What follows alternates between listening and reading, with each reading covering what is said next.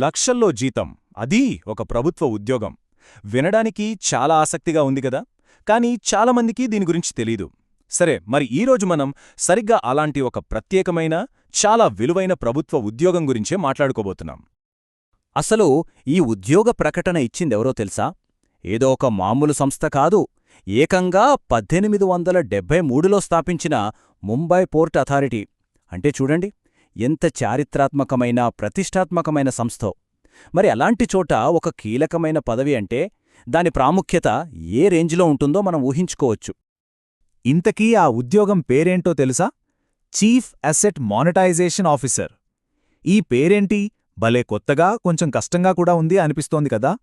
అసలు ఈ asset monetization officer అంటే ఎవరు, వాళ్ళేం పనిచేస్తారు? రండి, ఈ ప్రశ్నలన్నింటికీ సమాధానాలు తెలుసుకుందాం.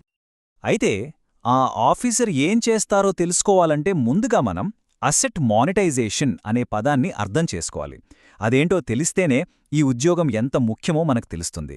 సో ఫస్ట్ అసలు ఆ మాటకు అర్థమేంటో చూసేద్దాం. సింపుల్గా చెప్పాలంటే, ప్రభుత్వానికి కొన్ని ఆస్తులు ఉంటాయి కదా, భూములు, భవనాలు లాంటివి.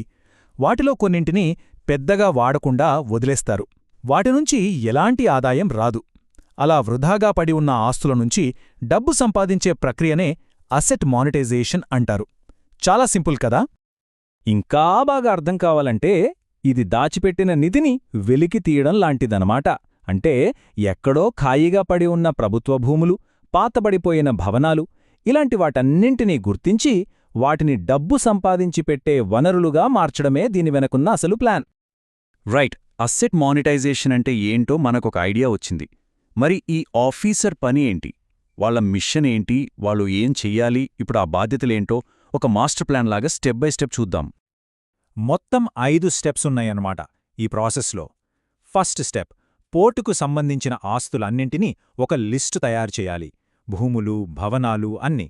రెండవది, ఏ ఆస్తిని ఎలా వాడుకుంటే ఎక్కువ డబ్బొస్తుందో ఒక స్ట్రాటజీని రెడీ చేయాలి. మూడోది, ఇన్వెస్టర్లను ఆకర్షించడానికి రోడ్ షోలు, బ్రోచర్లు లాంటి మార్కెటింగ్ చెయ్యాలి. నాలుగోది, టెండర్లు పిలిచి ప్రాజెక్టులు ముందుకు సాగేలా చూడాలి. ఇక చివరిగా 5వ స్టెప్, అన్ని ఒప్పందాలు సక్రమంగా జరిగి డబ్బు ప్రభుత్వ ఖజానాలోకి వచ్చేలా చూసుకోవాలి. చూశారా ఎంత పక్కాగా ప్లాన్ చేశారో? మరింత పెద్ద పని, ఇంత బాధ్యతాయుతమైన పదవి, దీనికి అప్లై చేయాలంటే ఎలాంటి అర్హతలుండాలి? ఈ ఉద్యోగానికి వాళ్ళడుగుతున్న క్వాలిఫికేషన్స్ చూస్తేనే అర్థమవుతుంది ఈ పాత్ర ఎంత సీరియస్సో. అవేంటో ఇప్పుడు చూద్దాం. ఇవి చూస్తే నిజంగా ఆశ్చర్యం వేస్తుంది. ముందుగా, సివిల్ ఇంజనీరింగ్లో బీఈ లేదా బీటెక్ చేసుండాలి. సరే, అది ఓకే, కాని అనుభవమెంతో తెలుసా? ఏకంగా 30 సంవత్సరాలు.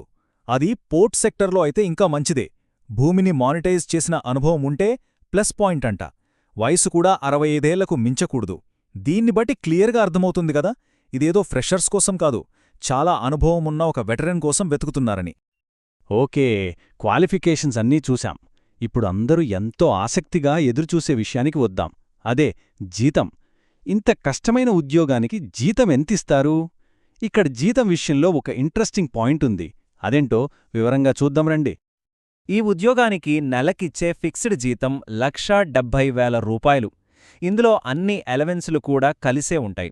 అంటే ట్రాన్స్పోర్ట్, బిజినెస్ డెవలప్మెంట్ ఎలవెన్స్ లాంటివన్నీ ఇందులోనే అన్నమాట. ఇది ఖచ్చితంగా మంచి ప్యాకేజే. అయితే కథ ఇక్కడితో అయిపోలేదు. అసలు కిటుకంతా జీతంలో కాదు, ఇన్సెంటివ్లో ఉంది.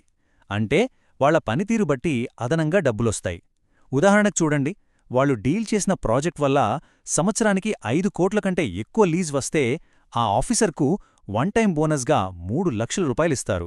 అదే 2.5 నుండి 5 కోట్ల మధ్య అయితే 2,50,000. అంటే ఎంత బాగా పనిచేస్తే అంతెక్కువ డబ్బు వస్తుందన్నమాట. ఇదే ఈ ఉద్యోగంలో ఉన్న అసలైన స్పెషాలిటీ. సరే, ఇప్పటిదాకా మనం ఒక ఉద్యోగం, జీతం గురించి మాట్లాడుకున్నాం. కానీ ఈ విషయం కేవలం ముంబై పోర్టుకు మాత్రమే సంబంధించింది కాదు. దీని వెనక ఒక పెద్ద కథ ఉంది.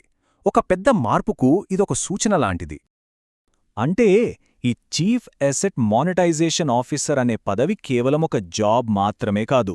ప్రపంచవ్యాప్తంగా ప్రభుత్వాలు తమ ఆర్థిక భవిష్యత్తు గురించి ఎలా కొత్తగా ఆలోచిస్తున్నాయో చెప్పడానికి ఇదొక ఉదాహరణ. తమ దగ్గరున్న వనరులను వృధా పోనీకుండా వాటిని ఎలా వీలైతే అలా వాడుకుని ఆదాయం పెంచుకోవాలి అనే ఒక కొత్త ట్రెండుకు ఇదొక సంకేతం. మరి ముగింపుగా ఒక ప్రశ్న. ఇలా ప్రభుత్వ ఆస్తులన్నింటినీ డబ్బు సంపాదించే మార్గాలుగా మార్చినప్పుడు దాని ప్రభావం మనమీద, మన నగరాల మీద ఎలా ఉంటుంది? భవిష్యత్తులో ఇలాంటి ఉద్యోగాలు మన సిటీల రూపురేఖలను, మనకు అందుబాటులో ఉండే పబ్లిక్ స్పేసెస్ను పూర్తిగా మార్చేస్తాయా? ఇది ఖచ్చితంగా మనం ఆలోచించాల్సిన విషయం.